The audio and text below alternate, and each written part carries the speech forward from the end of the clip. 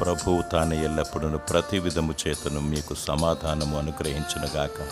2 తెస్సలోనికలకు రాసిన పత్రిక 3వ అధ్యాయం 16వ వచనము.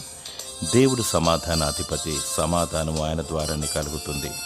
నాకు వేరుగా ఉండి మీరేమి చేయలేరు అని దేవుని వాక్యంలో చూస్తున్నాము. మానవుని హృదయంలో, కుటుంబంలో, సమాజంలో, సర్వ ప్రపంచంలో సమాధానము లేదు, శాంతి లేదు, నెమ్మది లేదు. కేవలం సమాధాన అధిపతి యొద్దనే సమాధానము లభించును. ఆయన యొద్ద అడిగి పొందుకో. నీ దేవునికి ప్రియముగా జీవించు, నీకు సమాధానము లభించును. సర్వలోకములో సమాధానాన్ని పంచిపెట్టు. శత్రుత్వంతో నిండిన వ్యక్తులను సమాధానపరచు. సమాధానపరచువారు దేవుని కుమారులు, కుమార్తెలుగా ఉందురు. ఏ విధము చేతనైనను దేవుడు నీకు నిత్య సమాధానము దయచేయునుగాక.